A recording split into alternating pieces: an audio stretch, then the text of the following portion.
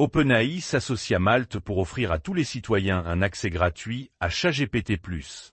Dans le cadre d'un accord sans précédent au monde, OpenAI et Malte offriront gratuitement ChatGPT+ à tous les citoyens pendant 1 an après avoir suivi un cours d'initiation à l'IA soutenu par le gouvernement. Stratégie de rachat pour 1,5 milliard de dollars de billets convertibles 2029. Les billets portent un coupon de 0%, mais peuvent être convertis en actions de la société si les détenteurs choisissent de racheter leurs billets contre des actions. Les investisseurs en actions privilégiées du STRC évaluent mal le risque majeur de dislocation. Analystes.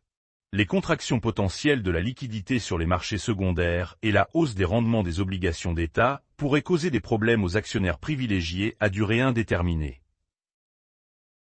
La loi américaine Clarity sera une aubaine pour l'innovation nationale. A16Z. A16Z Crypto a déclaré que lorsque les cadres juridiques américains établissent un équilibre entre l'innovation et la protection des consommateurs, l'impact a tendance à se répercuter sur les marchés mondiaux. Michael Saylor a lancé une idée de vente de Bitcoin pour éviter de détériorer l'actif.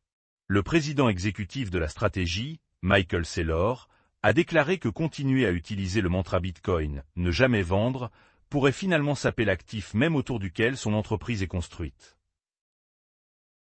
La plus grande banque italienne a plus que doublé ses avoirs en crypto pour atteindre 235 millions de dollars au premier trimestre. Rapport. Intesa Sanpaolo a augmenté ses avoirs en crypto de 100 millions de dollars à 235 millions de dollars au premier trimestre 2026, effectuant pour la première fois des investissements dans Ethereum et XRP tout en quittant presque complètement Solana. SBI, Rakuten et Nomura s'alignent pour lancer des fiducies d'investissement cryptographiques. Rapport. Les plus grandes sociétés de courtage du Japon s'efforcent d'offrir des fiducies d'investissement cryptographiques aux investisseurs particuliers, alors que les régulateurs s'apprêtent à autoriser formellement les fonds de détention de crypto-monnaies d'ici 2028.